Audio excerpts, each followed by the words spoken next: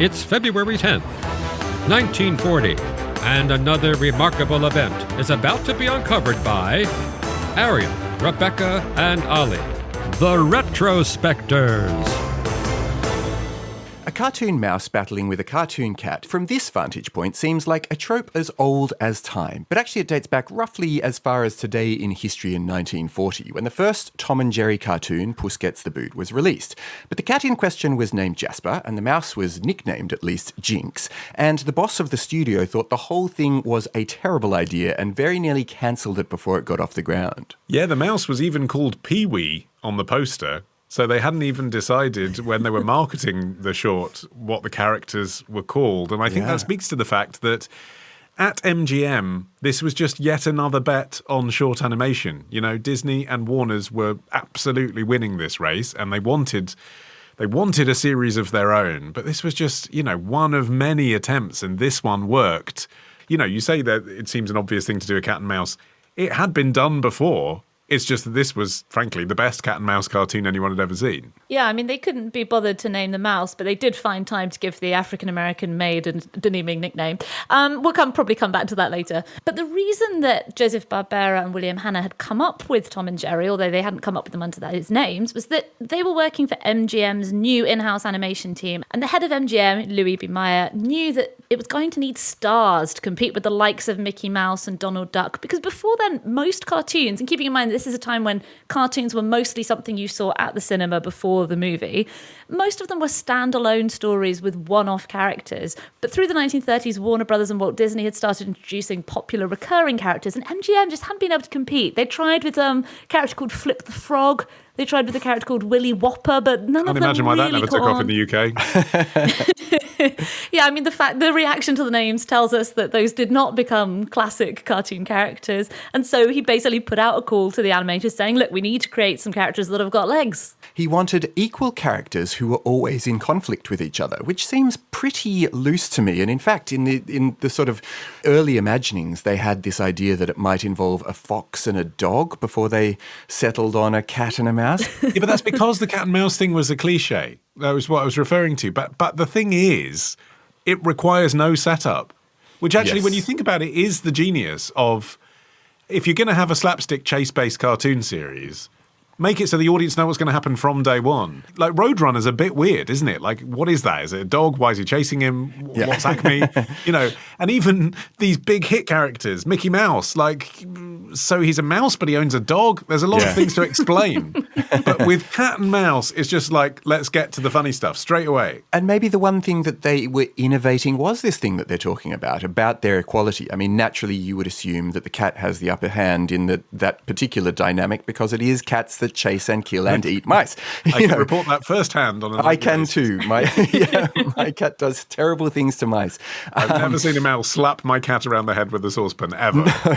No, and I think that is the thing that maybe came as a surprise with this first cartoon, though they really did not have their boss, Fred Quimby, on board. He had greenlit this first episode, but actually he had then, after looking at the finished product, and prior to it being nominated for a whole lot of awards and so on, he told them to get back to the other shows that they were working on. And so they were it could have been a one-hit wonder, except for the fact that a Texan businesswoman, Bessa Short, sent a letter to MGM asking whether she could please have more of these cat and mouse shows.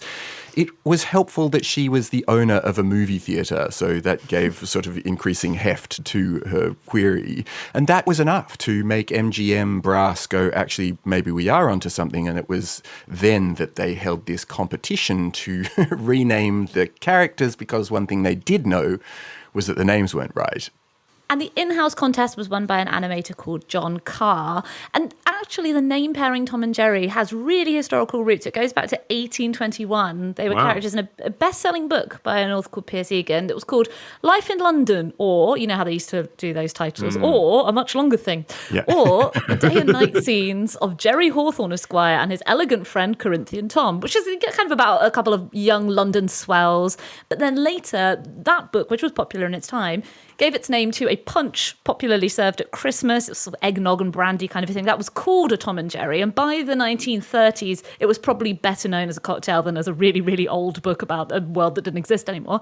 Is that how the troops came to be known as Tom and Jerry then, because of the cocktail? Because there was also this thing of like American and British GIs being referred to as Toms and Jerrys, wasn't there? I think it was one of those things where maybe people didn't even know that it was a cocktail or know that it was a book, but there was just enough floating around in the ether that it sounded like a natural name pairing. Also, Tom and Jerry sounds like rhyming slang when it's a Christmas time cocktail. Like that must have had a sherry component, I can only assume. And also, The Good Life, Tom Good, Jerry Ledbetter. There's just something about it that just obviously feels right. I mean, it's hard for us to tell because we're living in a post-Tom and Jerry cartoon world.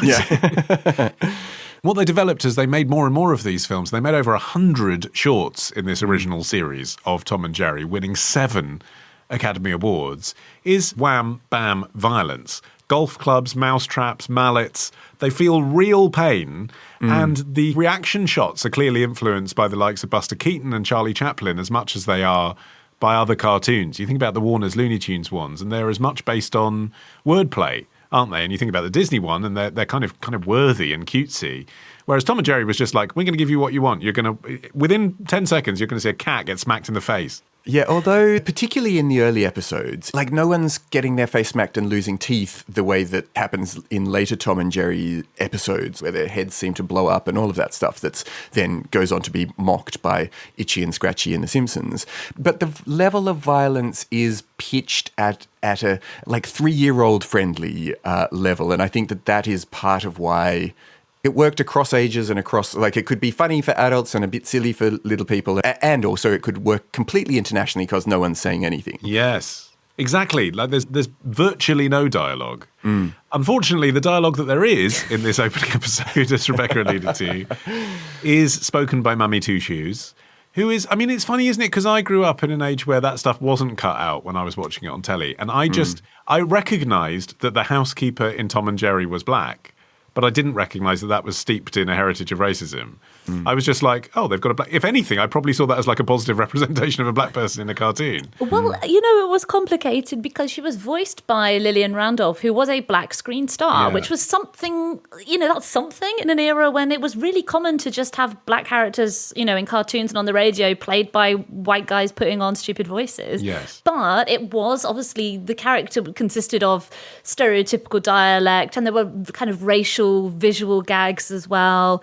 So it's all rooted in, we were talking about minstrelsy the other day, it's rooted in minstrelsy tropes. But the thing that is funny in a dark way is that when the cartoons came to TV, there was this was in the kind of the late 60s, early 70s, there was a realization that this wasn't going to cut the mustard anymore. But it reminds me of, Agatha Christie, she had a book that originally was called 10 Little N-Words, and then they were like, well, maybe you should think about renaming it something that's going to stand the test of time better. And she's like, great, 10 Little Indians it is. And then eventually it became, and then there were none. So it was a little bit the same of this. They realised, okay, we can't be doing this, really stereotypical black maid anymore.